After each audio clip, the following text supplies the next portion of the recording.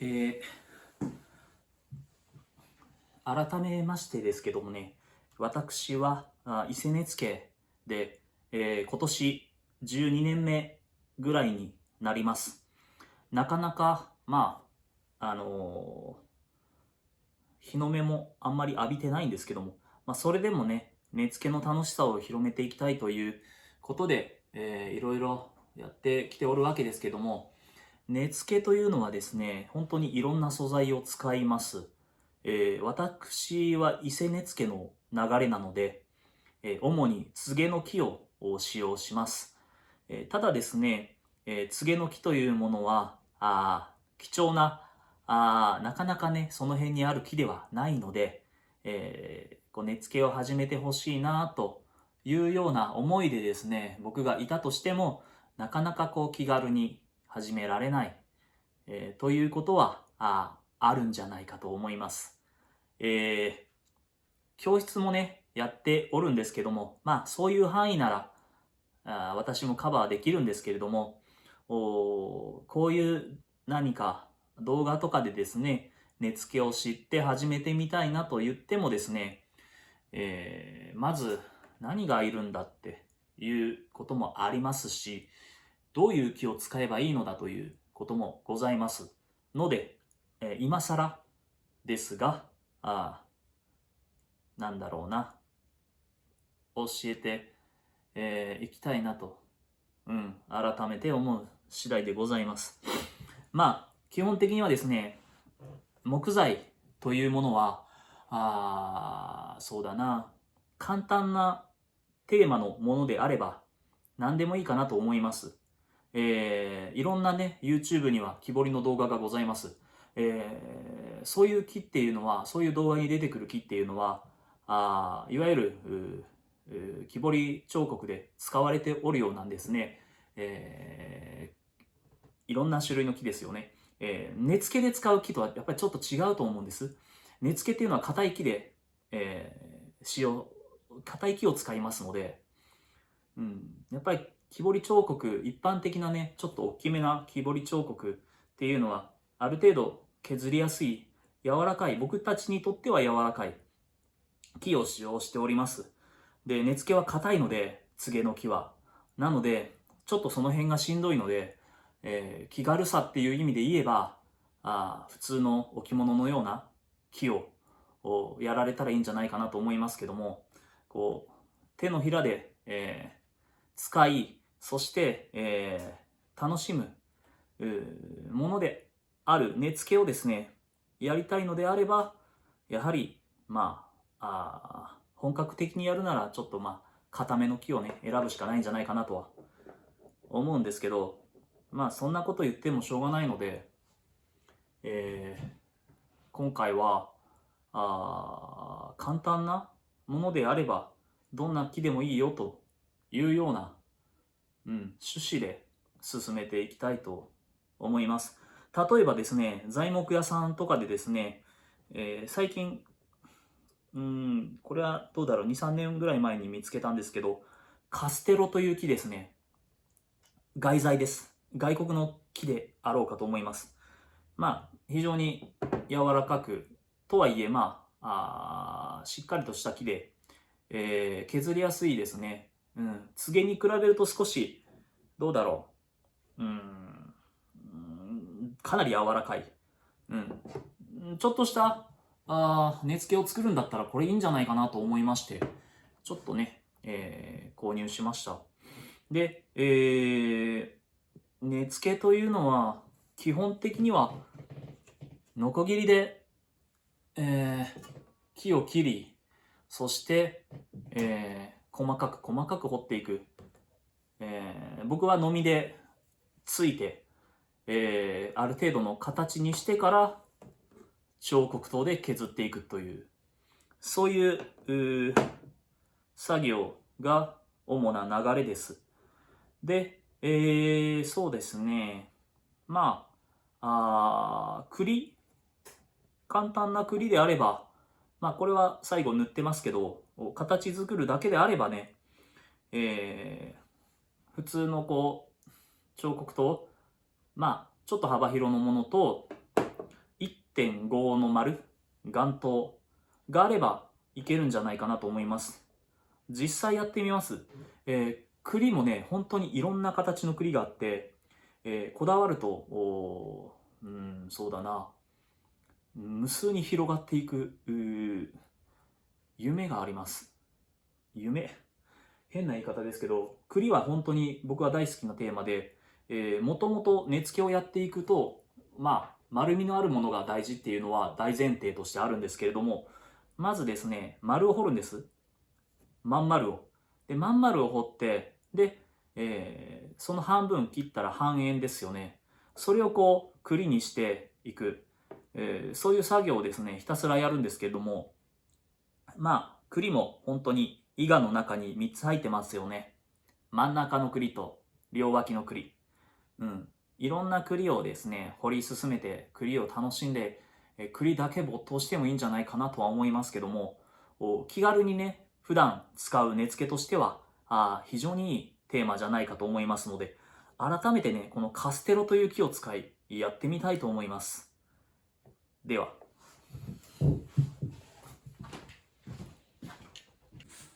まずですね、ノコギリで、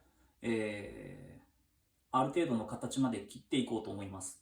万力かなんかで挟むと非常に安定していいかと思います。ノコギリは本当はね、多分こういう両手で引くといいんでしょうけど、僕はもう本当にこんな形で削って、削ってっていうか、まあ、切っていきます。本当ね、自分が使いたいように、配置してるので、本当にもう汚らしい作業場なんですけど、まあ何でもいいですよ。万力かなんかでこう、下にあんま動かなそうなものに固定してやると、安定していいんじゃないかなと思いますけど、ノコギリって薄いので、本当にこう、まっすぐ切っていかないと、切ってると、なんだろう、締まっていくような気がしてね、なんて言えばいいのかな。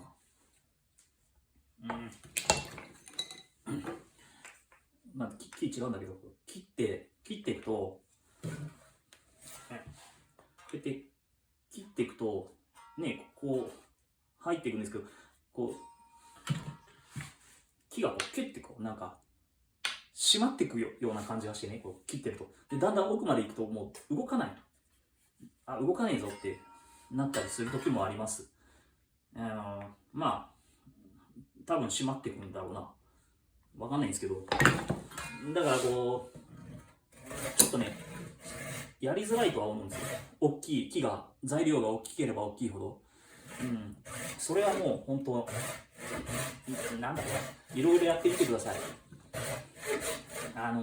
実際こう作業って、手取り足取りできりゃいいんですけど、動画だとなかなか僕みたいな不器用な人間ではうまく教えられる気はしないんですけど、まあでも、広げて、根付けの輪を広げていきたいし、知ってほしいと思うので、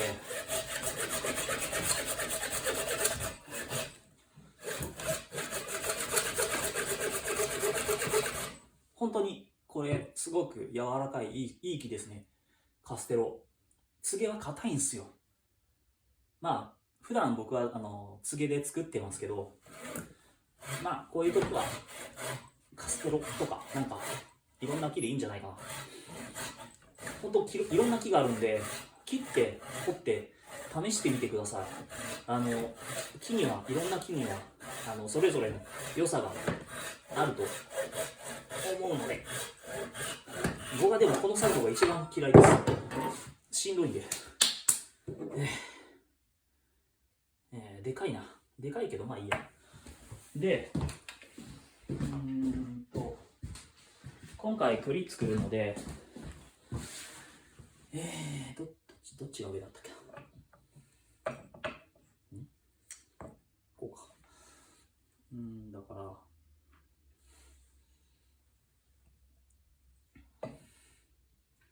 どうしようかな。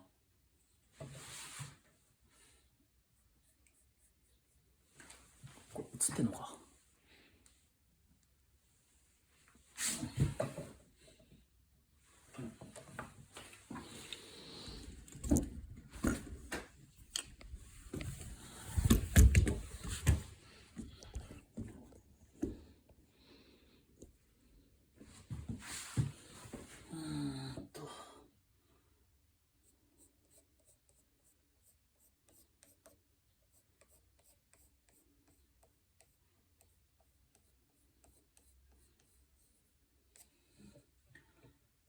中心線は大事なので、僕は基本的にガサツなんで、ガサツでめんどくさがり屋なんで、まあ感覚でやってますけど、几帳面な人はちゃんと測っていいんじゃないですか。まあ、掘ってりゃなんとかなります。ね。で、こんな感じかな。絵を描いて、でこれももう一回切るんですけど、いらない部分がいっぱいあるんで、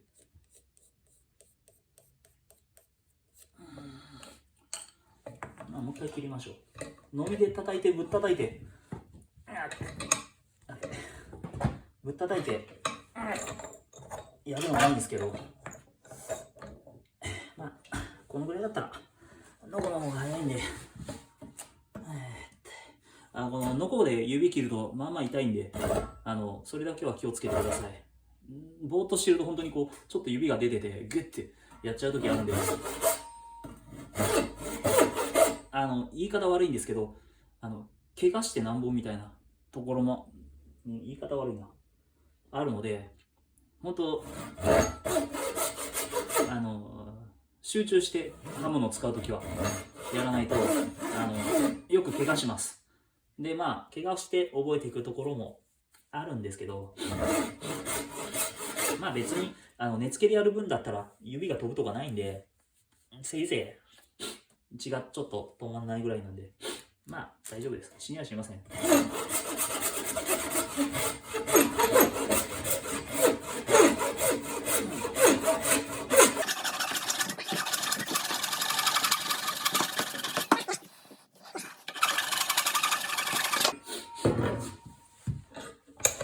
機械でこう切っちゃう人もいるんでしょうけど、まあそんなお金かけなくてもいいです。で、ここまでやったらこうやって彫刻刀でね削っていくのもいいんですけど、まあちょっとせっかちな人は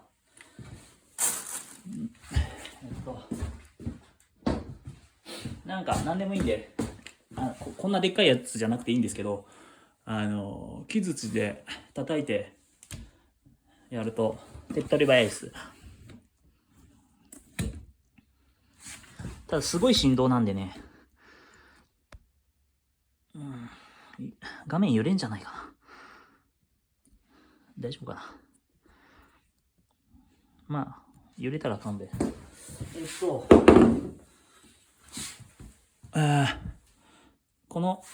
これ上から見た絵で、これ横から見た絵で、どうしようかな。この辺でいいかな。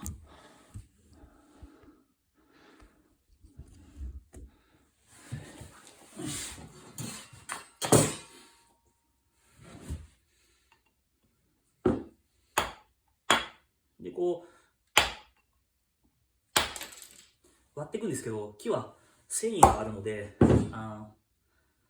思いっきりいっぱい落としてやろうと思ってやると、その変な裂け方たまにするんで、まあちょっとずつ削るっていうか、まあ叩いていくのがいいんじゃないかなと思うんですけど、まあおすすめはしないです。慣れないと危ないんで。彫刻刀で地道にやってもらっても結構。最初はでも全部しんどい思いしてやった方がいいんですけどね。練習になるし。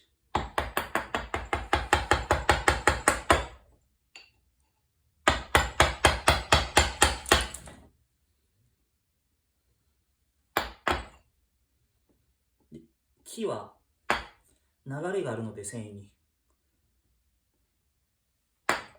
気をつけてやんないとえらい裂け方するんでね。まあ大まかでいいです。ほんで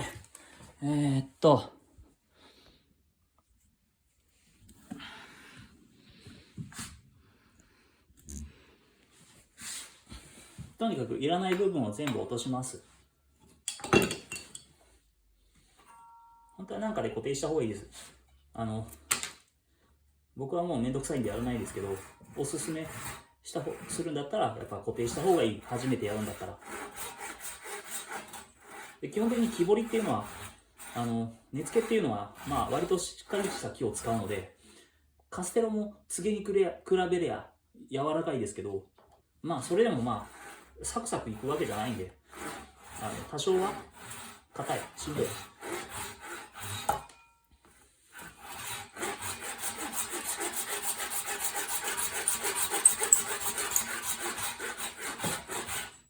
栗は楽しいですよ。栗だけで半年遊べるんじゃないかな。うん。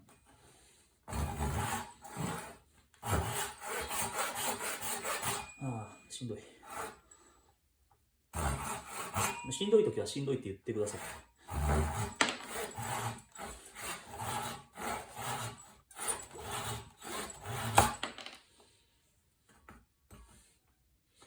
ほんと指は気をつけてください。他ごと考えながらやると切っちゃうんでね。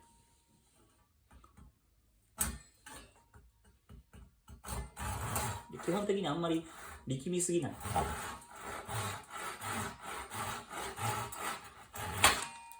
力を入れすぎない。で、ここまでやったら、あとはまあ、彫刻刀でやってってもいいんですけど、僕は、月のみ台を使って、もっと細かくしていきます。まあ、やってみましょう。すごい汚くて、汚ねえな。まあ、汚くていいんで、いや、いいよ。こういう、押しても、なんだろう、動かないところに設置した木で、なんだこれ、まあいいや。のみでついてやっていくとやりやすいです。ただ、のみでついていきますけど、のみどこ行ったかな。のみ。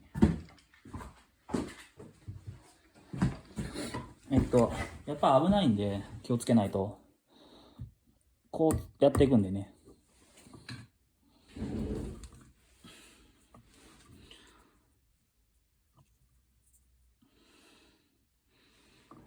あったら便利なだけであって、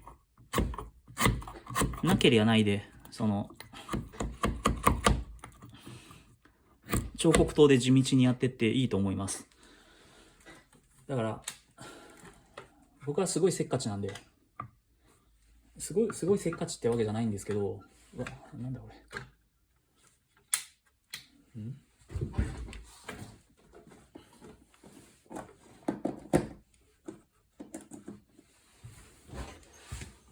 まあ、あると便利だなっていうだけで、なくてもいいです。地道に彫刻刀で、あっても便利だけど、なくてもいいです。これはね。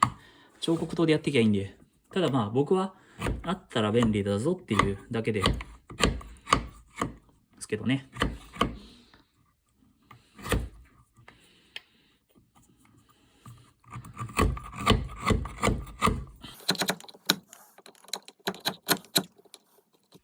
危ないと思います、やっぱり。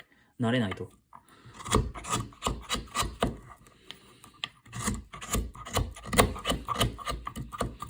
基本的に木彫りは大変だと思います。気軽そうに見えても。木っていうのは繊維などで、変な削り方したら戻らないですし、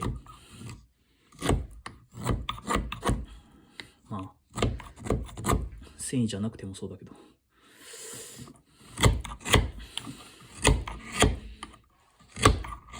電気切れた。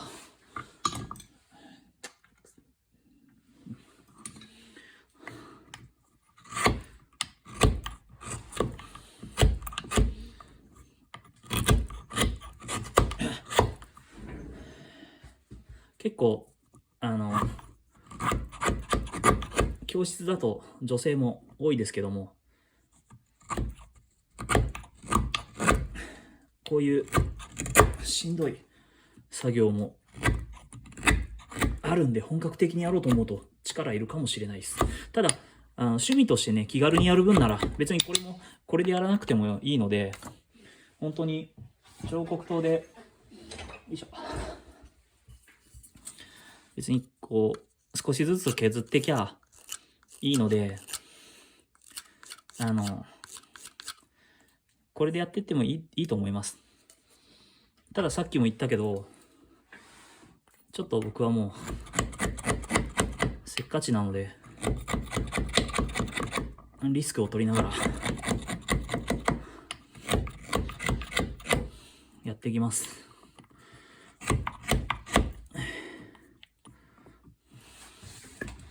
でね、やっていくとね、やっぱりこうやってへこんでいくんですよ。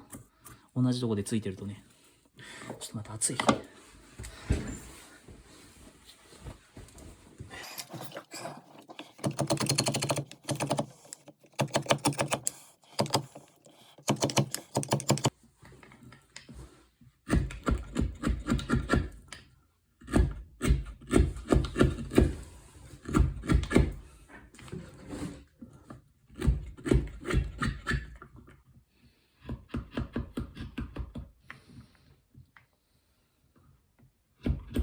木彫りをですね、木彫りを始めるのは、まあ、やっぱり一番いいのは誰か、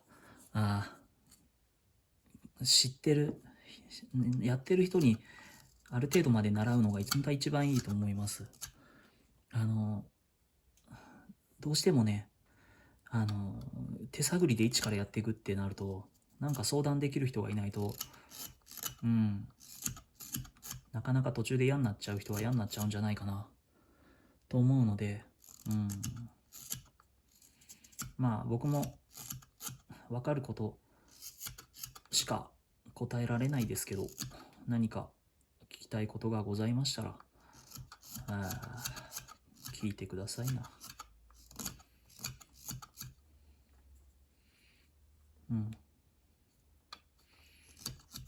形はすごく大事です。シルエットは。彫刻の。だから、常に全体像を見渡しながら調節していきましょう。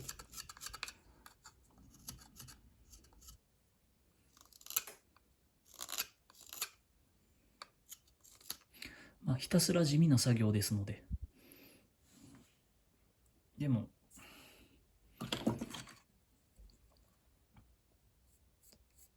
ここが一番大事かもしれないですね。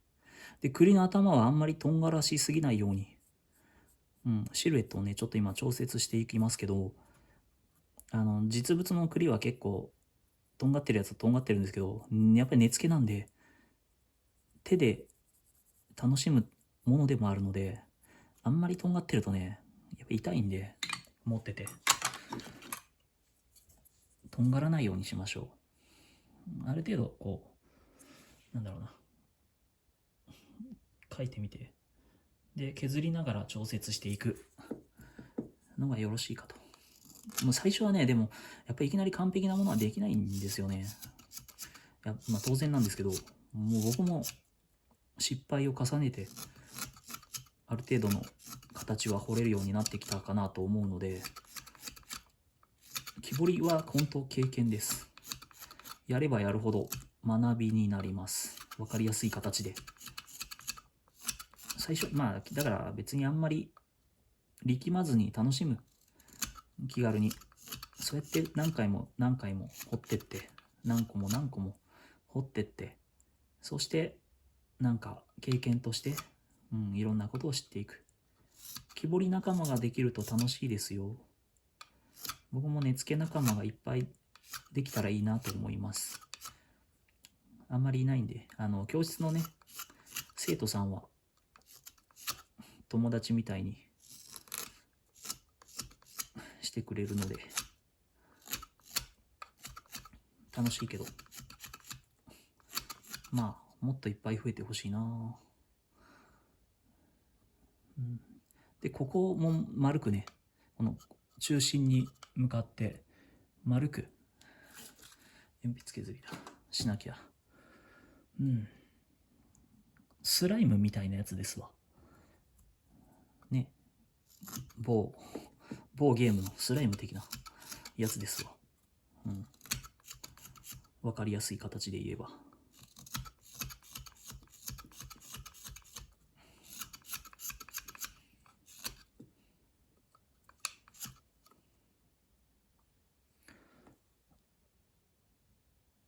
でまだねこの辺が硬いので、ちょっとこう丸みをつけていってあげるといいですよ。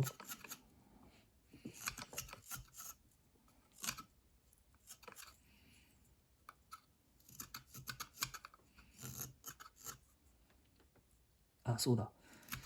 根付けは使うものなので紐穴がいります。紐穴がいるということは穴を開ける道具が必要だということです。僕の知り合いはもう全部手でやってますけど、僕はねここだけは機械を使います。だからまあそうだな、穴開けるやつは必要かもしれないですね。穴開け機械はまあ安いやつだったら何千円かで売ってますけど、危ねえ。僕のやつはまあもうちょっとしますけ。でちょっとねこの辺のね、ラインをお腹のラインをちょっとこう作っていく作業に入ります。まだねこの辺が丸みがもっと欲しいですし、まだまだここからいらない部分を落としていく。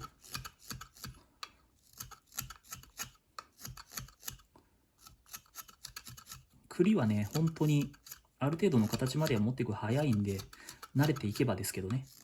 本当はいろんな根付けをこう動画にできたらいいんですけど、一人でやってますし、なかなかねそうするとうまく作れないんで、不器用なんで。だからまあ近くに教室があれば教室に通っていただく、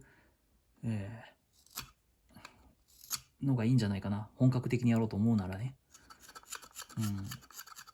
でまあ木彫りをよくやる人はね、それを小さくしてとんがりをなくしていけば、で穴開けりゃ根付けになるんで、まあ普通の木彫りしかしたことない人でもね挑戦してみたら根付けの遊べる木彫、なんだろう、立体造形物、根付けの楽しさが分かるんじゃないかな。いい色になるんですよ、やってると、使ってると根付けって。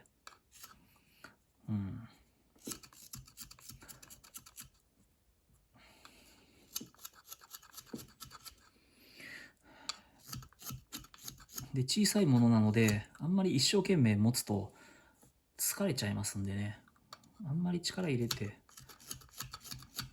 やらなくて結構です。腱鞘炎になったらね話にならないんで、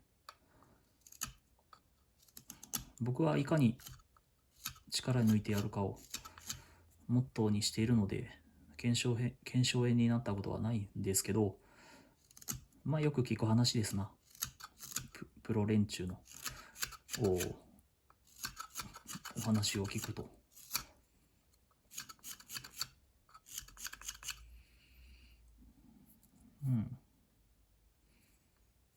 でちょっとここをねくぼませてあげるといいかな。軽くすくい上げるように。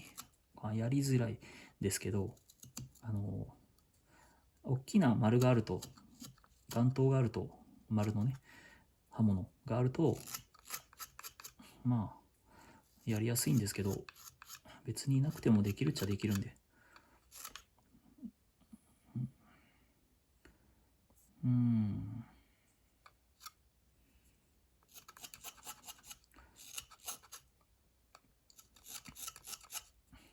この辺の感覚はね本当に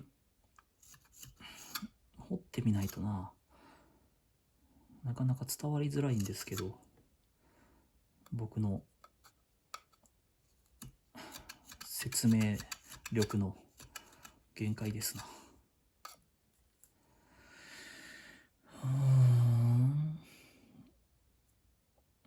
どうだろうな。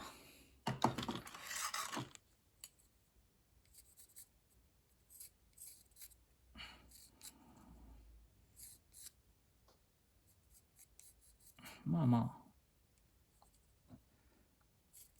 栗っぽくなってきたんじゃないですか。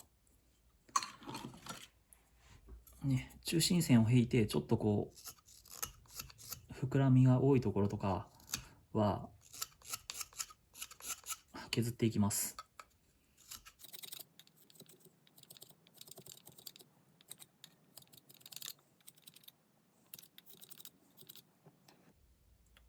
常にシルエットを確認しながら、気になるところはどんどん削っていく。ちょっとまだお尻が重たいですね。この辺をもう少し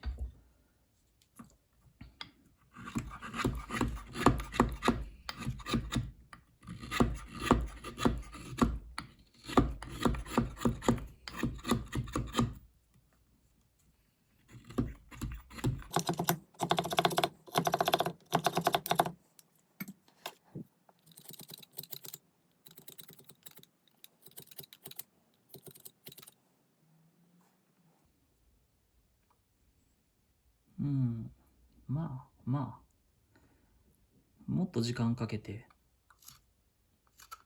もいいんですけど、まあ、とりあえずはこんなところでいいのかな。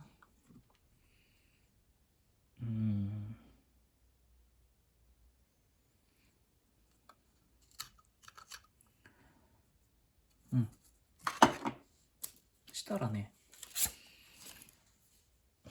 ヤスリがけしていきます。まあいろんなヤスリがあるので、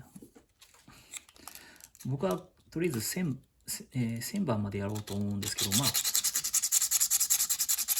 本当は刃物でねやっていくと丁寧ですけど、まあこれ100番です。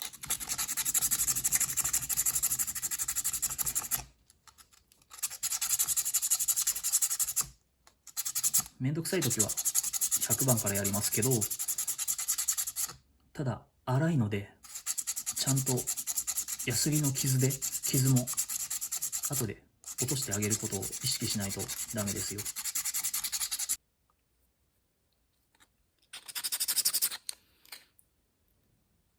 こういうのはね、ちゃんとなくさないとダメです。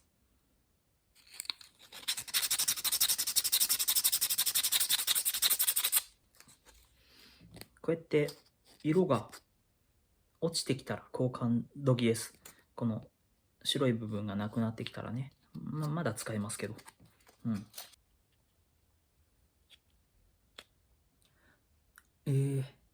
まだ磨きますけど、粗いヤスリってのは、その刃物みたいな削りパワーもあるので、まあ、ヤスリである程度整えるっていうやり方でもいいかと思います。まあ、理想はでも刃物で仕上げる形はね、っていうとこですけど、まあ、もうちょっとやって。まあ、ある程度、こういうのもまあ、なくした方がいいんですけど、ある程度まで磨いたので、次は320番で磨いていこうかと思います。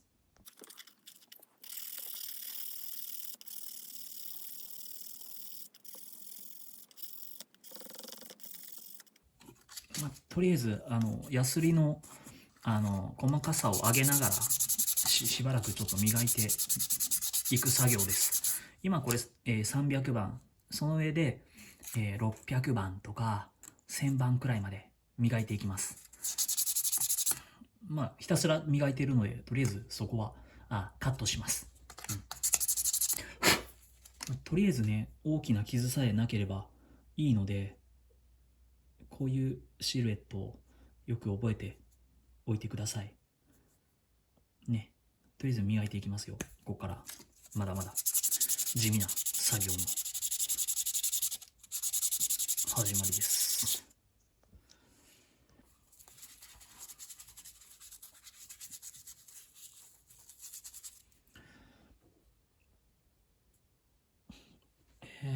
とりあえず、磨きたくってこんな状態まで持ってきました。ならね、お尻の部分を掘らなきゃいけないので、まあちょっとまず、染める場合は今のこの段階で染めてください。でも今回はもう染めないんで、栗のお尻を描いちゃいます。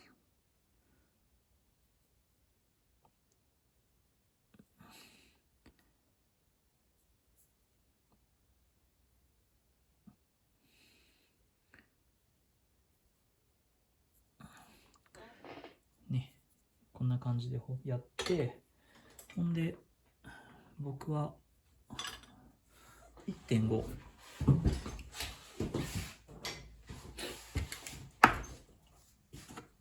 1.5の丸で彫っていきます。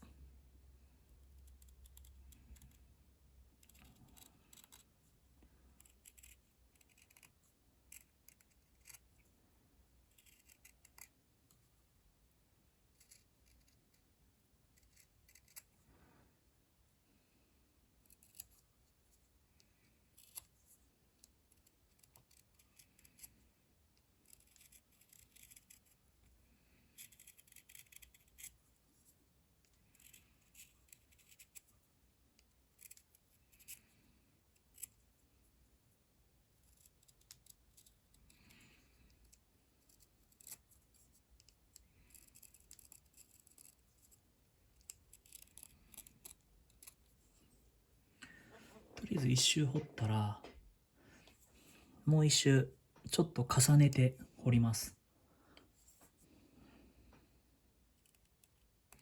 重ねてっていうか、ちょっとずらして、さっき彫った線にちょっと重ねる感じで彫ると、わかるかな、こういうひだができるので、先ほど彫った線にちょっとずらして彫ると、こういうのができますでね。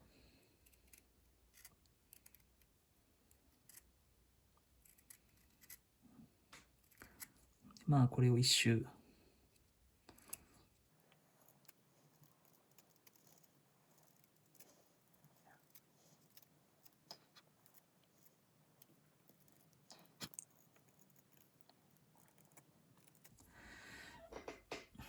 しました。そしたら彫ってあるので、ちょっと段差ができてるので、下の部分をね、ちょっと削り落としていきます。削り落としながら、改めてちょっと形を整えていきます。このさっき彫った二重線っていうか、そうだな、二重線の部分を落とさないようにね、してください。ちょっとこういう影になったところは、段差はね、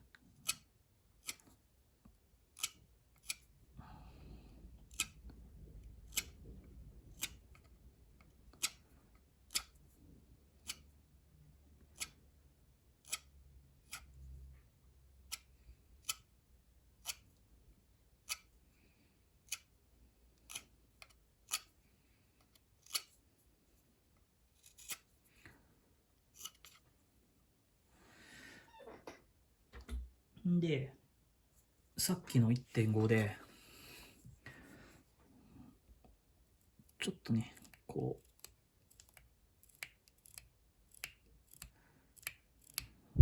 ょっとずつ掘っていく。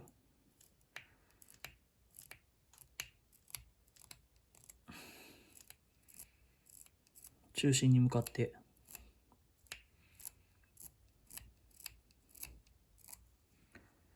こんな感じでね、掘っていきましょう。で、隙間は埋める感じで。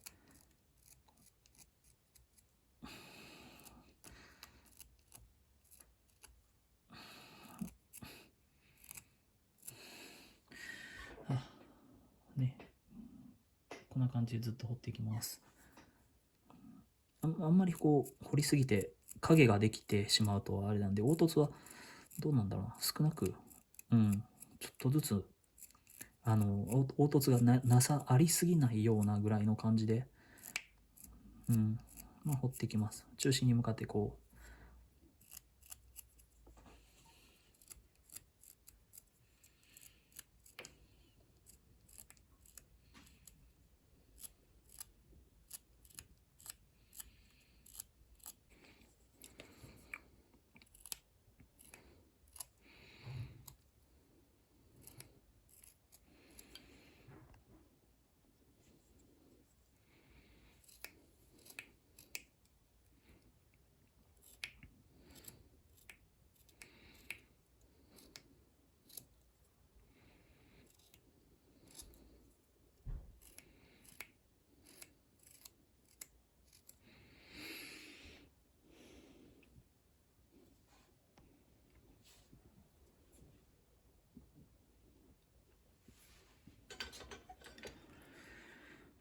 で、穴を開けます。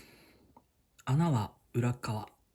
こっち表、見せたい側としたら裏の、まあどうだろうな。紐が乗って、真ん中付近でバランスのいいところに。で、紐穴を入れる場所。最初になんかこう、当てつけとくとね、こうやって当てを。刃物がってか、まあ僕は、リューターでやるので、こういうのつけとくとね、ブレないで済むんで、いいかなと思います。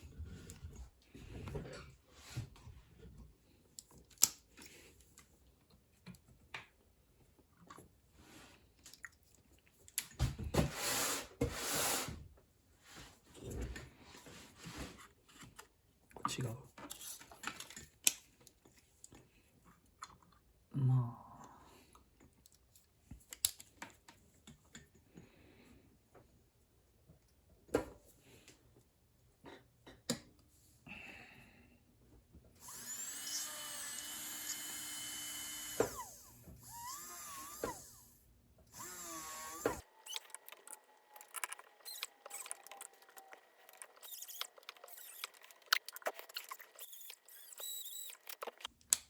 まあ、こういう機械でやる場合は、穴は最初は小さく、だんだん大きく広げていく。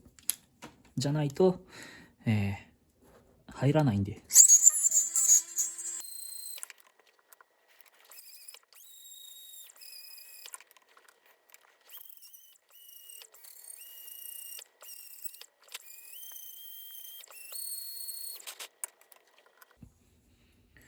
紐穴は大きくてもいいと思います。小さいと、紐が入らない時があるんで。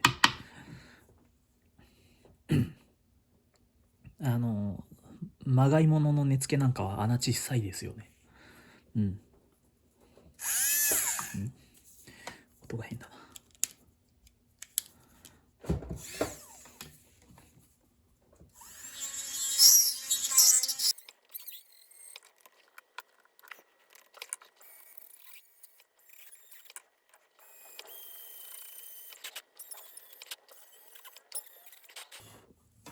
で、まあ、一番いい紐穴っていうのは、こっから入れて、こうやってこっちの紐を押し込んだら、こっちから顔が出てくる。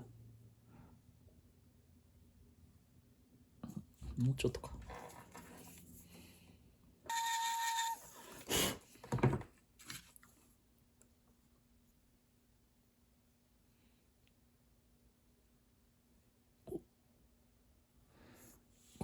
こういう状態。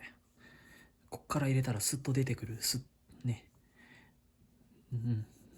これで、まあ形としてはいいんですけど、まだね、この穴開けたところは、そのドリルで穴開けてるから、ちょっと、なんだろうな、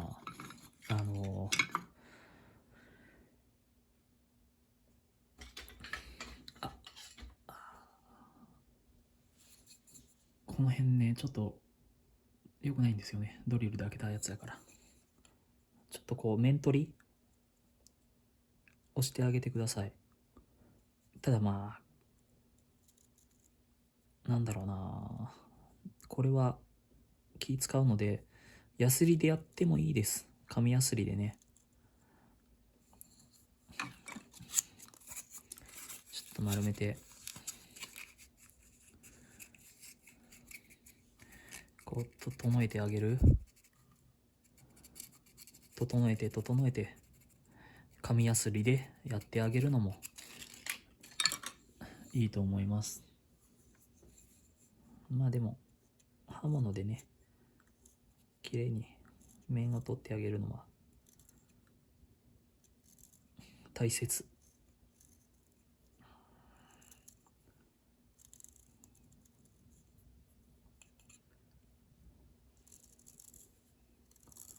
ね。でまあ最後はこうもう一回。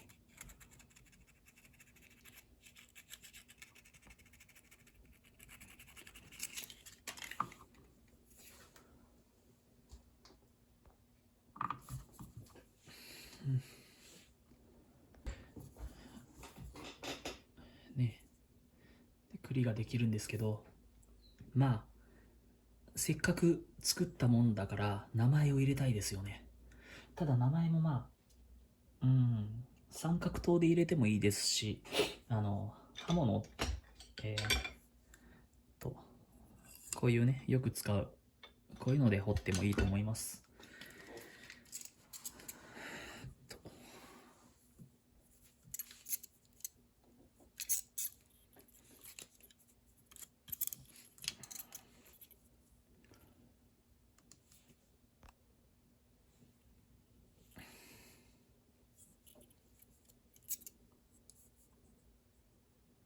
に置こうかな、ここ。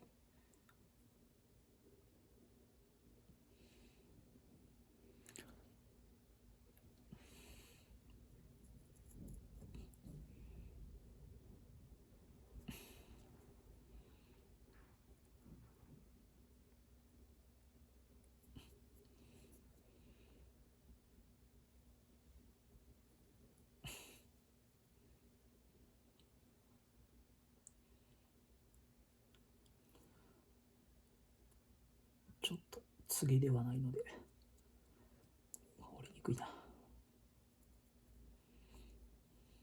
そんなこともないか。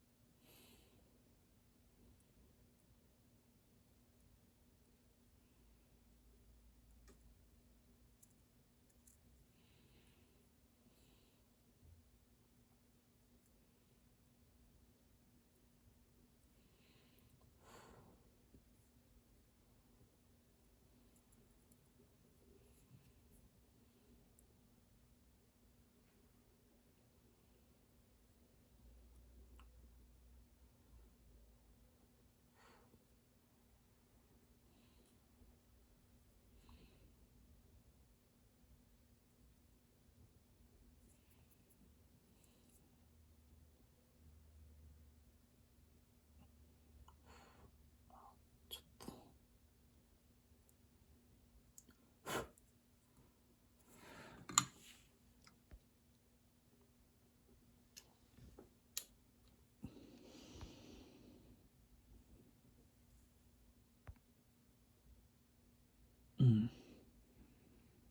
まあマークですな。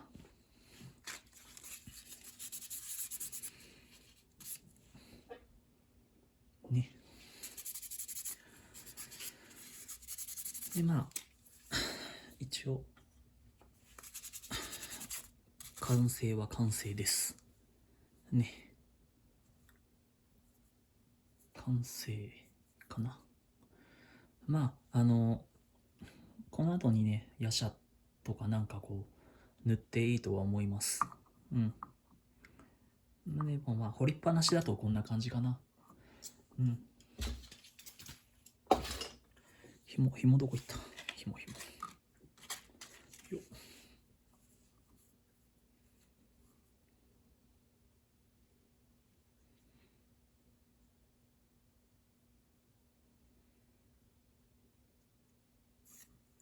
ね。根付け。ね。こんな感じかな。根付け。いい色になってきますよ。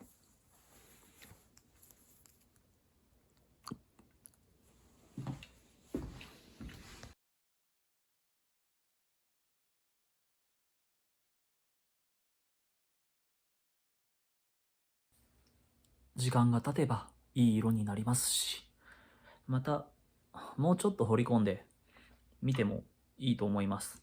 で、まあ、染料なんかでね、ちょっと染めたりしてもこういろんな表現ができて楽しいんじゃないかなと思います。で、根付けはやはりですね、細かい造形、も当然魅力の一つなんですけども、やっぱりね、何より触って楽しむもんなんで、見て楽しんで触って楽しむものなので、触り心地が何よりだと思います。なんでね、こう単純にまず最初にこういうまんじゅうみたいな根付けを作って、本当にこう元祖根付けみたいな感じですよね。